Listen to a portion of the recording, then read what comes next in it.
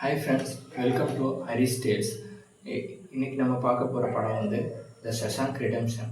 இந்த படம் ரிலீஸ் ஆனது 1994. ரிலீஸ் ஆனப்போலேருந்து ஐஎம்டிபியில் டாப் 1ல் இந்த படம் தான் இருக்குது. என்னை பொறுத்தவரை ஆர்ட் இஸ் சப்ஜெக்டிவ். இந்த படம் வந்து வேர்ல்டு லெவலில் டாப் 1ல் இருக்கிறதுனால நான் இந்த படத்தை டிஸ்கஸ் பண்ணலான்னு சூஸ் பண்ணல. எனக்கு பர்சனலாகவே இந்த படம் ரொம்ப பிடிக்கும். அதனால தான் நான் இந்த படத்தை ஃபஸ்ட்டு சூஸ் பண்ணியிருக்கேன்.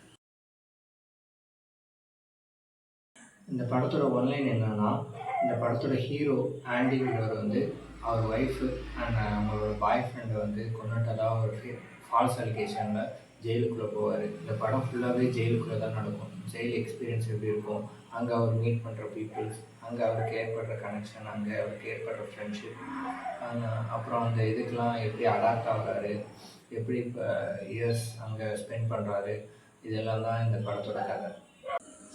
இந்த படத்தில் எனக்கு என்ன ரொம்ப பிடிச்சதுன்னா இதோட ரைட்டிங் தான் சொல்லுவார். இதோட ரைட்டிங் அவ்வளோ பர்ஃபெக்டாக இருக்கும். ஒவ்வொரு சீனுக்கும் அதுக்கு அடுத்து என்ன சீன் வரப்போகுதுங்கிற ஃபோர் ஷேடோயிங் எது சீன்லேயோ இல்லை டைலாக்லேயோ வச்சுருப்பாங்க. அண்ட் இந்த மொத்த கதையுமே ரெட்டுங்கிறவரோட நரேஷனில் தான் ரன் ஆகிட்டுருக்கும். ரெட் யாருன்னா அவர் தான் ஹீரோவோட ஃப்ரெண்டு. இந்த ரெட்டுங்கிற கேரக்டரில் மார்கன் ஃப்ரீமன் தான் நடிச்சிருப்பார். ஹாலிவுட்லேயே ஒன் ஆஃப் த பவர்ஃபுல் வாய்ஸஸ்னால் அது அவரோட தான்.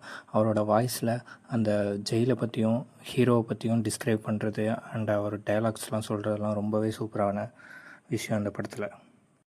இந்த படத்தோட ஹீரோ ஆண்டி வந்து என்ன தான் ஜெயில் வாழ்க்கையில் அவ்வளோ கஷ்டமாக இருந்தாலும் கொடுமைகளை அனுபவித்தாலும் சில சீனில் அவர் எப்படி சுதந்திரத்தை அனுபவிக்கிறாரு, என்ன தான் ஜெயிலில் அவ்வளோ கஷ்டப்பட்டுகிட்டே இருந்தாலும் அவருக்கு சின்ன சின்ன விஷயத்துலையும் எப்படி ஒரு சுதந்திரத்தை ஃபீல் பண்ணுறாருன்னு சில சீன்ஸ் ரொம்பவே அருமையாக இருக்கும். அவரோட ஃபஸ்ட்டு 2 வருஷம் ஜெயிலில் கஷ்டப்பட்டதுக்கப்புறம் ஒரு நாள் ஜெயிலுக்கு கொஞ்சம் வெளியில் போய் வேலை பார்க்குற வாய்ப்பு கிடைக்கும். அப்போ அவர் ரிஸ்க் எடுத்து அந்த ஆஃபீஸர்ஸோட நெகோசியேஷன் பண்ணி ஒரு வேலை செஞ்சு கொடுக்குறதுனால அவருக்கு வந்து ட்ரிங்க்ஸ் டிமாண்ட் பண்ணுவார். அந்த ட்ரிங்க்ஸை வந்து அவர் ஃப்ரெண்ட்ஸுக்கு கொடுத்து அப்போ தான் ஃபஸ்ட்டு அங்கே இருக்க ஃப்ரெண்ட்ஸ் அண்டு கூட இருக்க ப்ரிசனர்ஸை வந்து ஃப்ரீடமை ஃபீல் பண்ண வைப்பார். அது ரொம்பவே சூப்பரான ஒரு சீன். இன்னொன்று எனக்கு பிடிச்ச சூப்பரான சீன்னா, அவருக்கு ஒரு தடவை அனௌன்ஸ்மெண்ட் ரூமுக்குள்ளே போகிறதுக்கு ஒரு வாய்ப்பு கிடைக்கும். அவர் ரூமுக்குள்ளே போனதும் அந்த ரூமையே லாக் பண்ணிவிட்டு அங்கே மியூசிக் பிளேயரில் ஒரு இட்டாலியன் சாங்கை ப்ளே பண்ணிவிட்டு அதை வந்து மொத்த ஜெயிலுக்கும் கேட்குற அளவுக்கு ஸ்பீக்கரில் போட்டு விட்ருவார். அந்த சீன் எனக்கு எதை ரிமைண்ட் பண்ணுச்சுன்னா, வில்லியம்ஸ் வேர்ட்ஸ்வொர்த்தோட சாலிட்டரி ரீப்பர் அந்த போயம் தான் ரிமைண்ட் பண்ணுச்சு. அந்த கான்டெக்ஸ்ட்டும் இந்த சீனோட கான்டெக்ஸ்ட்டும் ரொம்பவே சிமிலராக இருக்கும். அந்தளவுக்கு போயட்டிக்கான ஒரு சீன் இது. அந்த பாட்டோட மீனிங் என்னென்னு அங்கே இருக்க யாருக்குமே தெரியாது. இருந்தாலும் அங்கே இருக்க பிரிசனர்ஸ் எல்லாருமே அந்த மியூசிக்கில் ஸ்டன் ஆகி போய் ஃப்ரீடத்தை உணர்றதா சொல்லுவாங்க. அந்த சீன் முடிஞ்சதுமே ஆண்டிக்கு 1 மாதம் சாலிட்டரி ரூமில் இருக்கணும்னு பனிஷ்மெண்ட் கொடுத்துருவாங்க. பனிஷ்மெண்ட் முடிஞ்சு வந்ததுக்கப்புறமா ஆண்டி சொல்கிறது வந்து அந்த போயத்தில் உள்ளது மாதிரியே தான் இருக்கும். இந்த படத்தில் எனக்கு பிடிச்ச இன்னொரு விஷயம் என்னென்னா, அதில் இருக்க ஒவ்வொரு கேரக்டர்ஸுக்கும் உள்ள சிமிலாரிட்டிஸ். இந்த ப்ரூக்குங்கிற கேரக்டரும் ரெய்டோட கேரக்டரும் ரொம்பவே சிமிலராக இருக்கும். அதே மாதிரி ஆண்டியை வந்து பேர்டோட கம்பேர் பண்ணுற மாதிரி நிறைய சீன்ஸ் வரும். படத்தோட மிடில் இந்த ப்ரூக் கேரக்டருக்கு வந்து வெளியில் போகிறதுக்கான வாய்ப்பு கிடைக்கும். அவருக்கு பரோல் கிடச்சி வெளில போவார். என்ன தான் வெளில போனாலும் அவரை ஃப்ரீடம் அனுபவிக்க முடியாது. அவர் இத்தனை வருஷம் ஜெயிலே இருந்ததுனால இன்ஸ்டிடியூஷனலைஸ்டாக இருப்பார். வெளில வந்து பார்த்தா இந்த உலகமே வேகமாக இயங்கிட்டு இருக்கும். அவருக்கும் இந்த உலகத்துக்கும் சம்மந்தம் இல்லாத மாதிரி இருக்கும். அவருக்கு என்ன பண்ணுறதுன்னே தெரியாது. அவர் ஆசையாக வளர்த்த ஜேக்குங்கிற அந்த காக்கா கூட அவரை பார்க்க வருமானு இயங்கிட்டு இருப்பார். அவர் கடைசியாக யாருமே வராதனால ரொம்ப தனிமையில் இருந்துட்டு அவரை இறந்துருவார். படத்தோட கிளைமேக்ஸில் ரெட்டுக்கும் சிமிலராக பரவல் கிடச்சி வெளியில் வருவார்.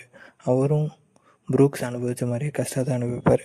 ஆனால் அவருக்கு போய் பார்க்குறதுக்கு ஒரு ஆள் இருப்பாங்க. அதுதான் நம்ம ஆண்டி. இப்போ ஆண்டிக்கும் பேர்டுக்கும் உள்ள சிமிலாரிட்டி என்னென்னா, ப்ரூக் அவர் ஆசையாக வளர்த்த ஜேக்குங்கிற காக்காவை வந்துட்டு அவர் ப்ரிசனை விட்டு போகிறதுக்கு முன்னாடியே ஒரு விண்டோ வழியாக அந்த ஜேக்கை வெளில அனுப்பிடுவார். அதே மாதிரி ஆண்டியும் ப்ரிசன்லேருந்து ஒரு ஹோலை போட்டு ப்ரிசன் பிரேக் பண்ணி எஸ்கேப் ஆகிடுவான். இன்னும் சில இடத்துலையும் ரெட் வந்து ஆண்டியை பேர்டோட கம்பேர் பண்ணுவார். ஒரு டைம் அவன் வந்து ஒரு ப்ரிசனருக்கு ஸ்டடீஸுக்கு ஹெல்ப் பண்ணுவான். அப்போ அந்த சீனில் வந்துட்டு aunty kept him under his wing அந்த மாதிரிலாம் மென்ஷன் பண்ணுறப்ப அவர் பேர்டோட கம்பேர் பண்ணுவாங்க. அதே மாதிரி ஆண்டி எஸ்கேப் ஆகிற சீன்லேயும் he's a one bird not meant to be caged அப்படின்னு ஒரு டைலாக் வரும். அதெல்லாமே ரொம்ப சூப்பராக இருக்கும். அதே மாதிரி ஆண்டி பிரிசன்லேருந்து எஸ்கேப் ஆகி வெளில வந்ததும் 2 கையும் விரித்து பறவை எப்படி விங்ஸை விரித்து நிற்குமோ அந்த மாதிரி நிற்பார் அந்த மலையில். அதே மாதிரி முன்னாடி ஒரு சீன்லேயே அந்த ஜேக்குங்கிற காக்கா வந்து எப்படி ஆக்சிடெண்ட்லாம் ஃபெல் டவுன் ஆகி ப்ரூக்ஸை வந்து சேருது, அவர் அதுக்கப்புறம் அதை டேக் கேர் பண்ணிக்கிட்டேன்னு சொல்லுவார். அதே மாதிரி தான் ஆண்டியும் அவர் ஆக்சிடென்டலாக ஜெயிலுக்குள்ளே வராரு, அதுக்கப்புறம் ரெட்டுங்கிறவரால் டேக் கேர் பண்ணிக்கப்படுறாரு. இந்த படத்தோட மெயின் சோல்ஃபுல் மீனிங் என்னென்னா is to have a hope. படத்தோட ஸ்டார்டிங்கில் ரெட்டு சொல்லுவார், இந்த பிளேஸ் இது ரொம்ப க்ரூயலான இடம், இந்த ப்ரிசனில் வந்து ஹோப்புங்கிற வார்த்தையே இருக்கக்கூடாது, hope is a dangerous thing அப்படின்னு சொல்லுவார். அண்ட் படத்தோட கிளைமேக்ஸில் ஆண்டி எழுதியிருக்க லெட்டரில் hope is the good thing, maybe the best of things and no good thing ever dies.